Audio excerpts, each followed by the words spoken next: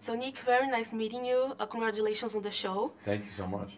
For your amusement, I texted my mom this morning and I asked her if she could send me a picture from when I was hitting puberty, and she delivered. So this is me at church. You're cute. So yeah, with glasses and there were braces too, but I was hiding them. Yes, of course. Well, they're most kids. If you look at pictures of them at that age, like. No, everyone's smiling because nobody wants to see the braces. That warms my heart. It's a funny thing when you do a show about puberty that people both don't want to talk about it, and then once you start to talk about it, it all sort of comes out. Yeah, and it's looking back at the time, I realized so many oh, so this is where this weird insecurity that I have as an adult come from. Did you have any of these moments while making the show? Constantly. The show is, it's about me and based on me and my best friend from childhood, Andrew Goldberg, going through puberty.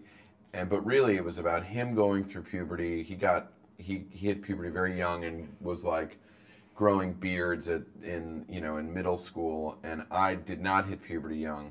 I was a very late bloomer. And so, I think that both of those things can have a profound effect on the person you end up becoming. Mm-hmm. I think I was very small for a long time, so I ended up, learning how to yap, talk a lot more, which is how I ended up a comedian, I think. So, in a weird way, I credit not hitting puberty with sort of becoming the, attention-seeking whore that I am. On the show, the hormones are represented as monsters. Could you talk about that decision and the show's take on puberty and sexuality? Yeah. I'm going to say monstro hormonal. Yes. Nice. 2 days in Brazil, guys. It's the idea began me and Andrew and our other partners, Mark and Jen, were talking about the early stages of the show, and Andrew, I think, was trying to figure out a way to explain what that period of time feels like, especially for a boy. And he's like, Andrew should have like a hormone monster, and Mark then said, yeah, let's just have Andrew have a hormone monster, and then they told me about it, and they were like, Andrew should have a hormone monster, and I was immediately like, touch yourself, Andrew. It just came out, the voice and what kind of things he would say, and so that became a very early important part of the show, that you could have this character, this manifestation of what a boy is feeling as he's going through puberty, all of a sudden having this sort of devilish id on his shoulder telling him what to do.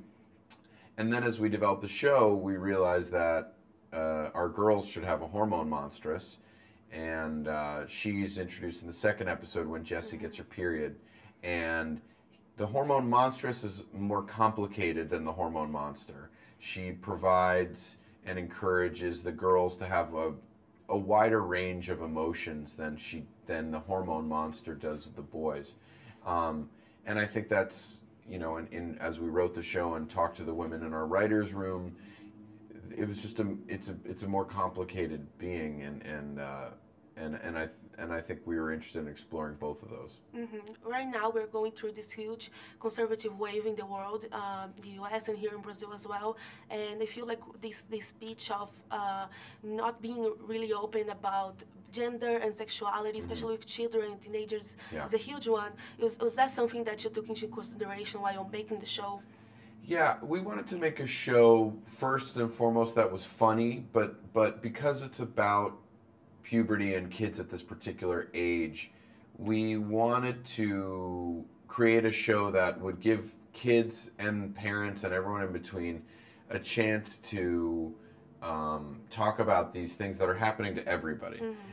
Literally, everybody goes through it. And some version of making kids feel like they're not entirely alone, because it's such an awkward, weird time.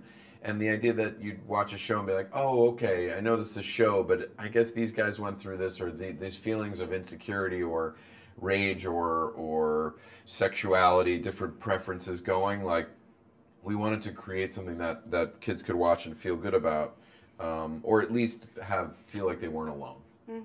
Thank you so much, Nick, for your time. It was a pleasure Oh, talking to you. thank you so much. Looking too. forward to the season 2. It's gonna Congrats. be insane.